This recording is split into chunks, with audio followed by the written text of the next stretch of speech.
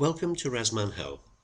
In this session we provide an overview of the Process Multiple Selected Jobs facility and the Release to PDA routine. The Release to PDA routine is only applicable if you utilize RMM Mobile Working. So we only utilize this process if a staff member receives their work on a PDA. We would carry out this work on either the work summary list or the work detail list, and we're concerned with the issued to column because this contains the name of the primary staff member that's been allocated to a job. So we would typically be filtering on this form using the issued to, finding the primary staff member.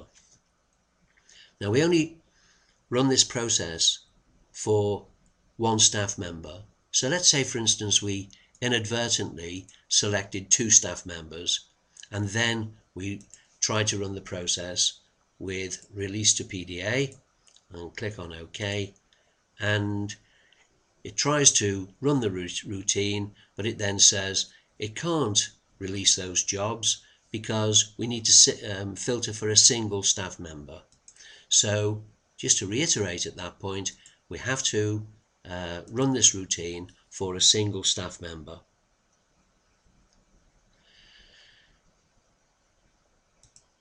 Let's say, for instance, we wanted to release jobs for our colleague Arnold Prendergast. So if I type in here Prender, that should find the records, and it's found 9 of them. I could continue filtering here. Let's say, for instance, we only wanted to do it for one location, and it doesn't matter whether we're filtering for PPM jobs or requisition jobs. We still run it in exactly the same way. Now we can select single jobs, but most likely we'll use the select all option. And before I actually run the routine on that, because the routine will lock a job and put the date that it was transferred on the PDA on the work detail record, I'll just show you that those records are available at the moment for editing. So as you can see, they're not grayed out here, and if I go to staff and hours, you can see that Martin Prendergast is there. He's ticked as our primary, and there's no date in that PDA column. Okay, so I'll go back, and this time we'll run the routine, and I'll do select all. So I'm going to process those 9 records, process selected jobs, and our Release to PDA is here in actions. All these other fields here are inactive. I can't edit those. All we're going to do is release to the PDA, and I click on OK, and that runs the process. It tells me that I selected 9 and I'd released 9. If some of those jobs had already been released, it might give me a difference there. So it would tell me how many I've selected, how many were released, and how many were not released. So I'll now click on OK, and if I now go back into view the selected jobs, it will pop up a message to tell me that that job number was sent to the PDA used by Martin Prendergast on the today's date and will be locked for editing until it comes off the PDA.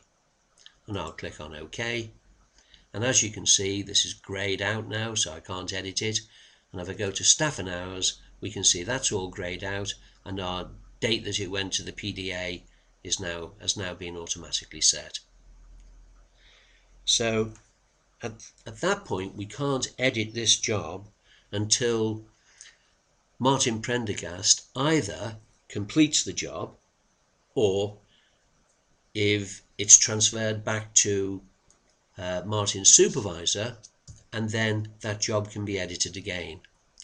Once the job is completed, there may be some other data entries that need to be made on the work detail, like you might need to add in some additional costs.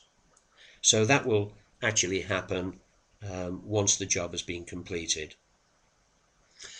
Now, I need to mention that if you accidentally run this process of releasing those jobs to a staff member that doesn't get his work on a PDA, there isn't a non-release mechanism. You'd have to come to RMM support for us to be able to do that work for you.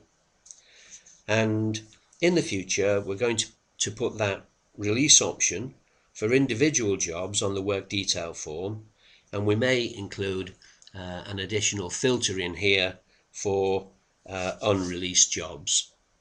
And that concludes the overview of the process multiple selected jobs facility and the release to PDA routine in RMM.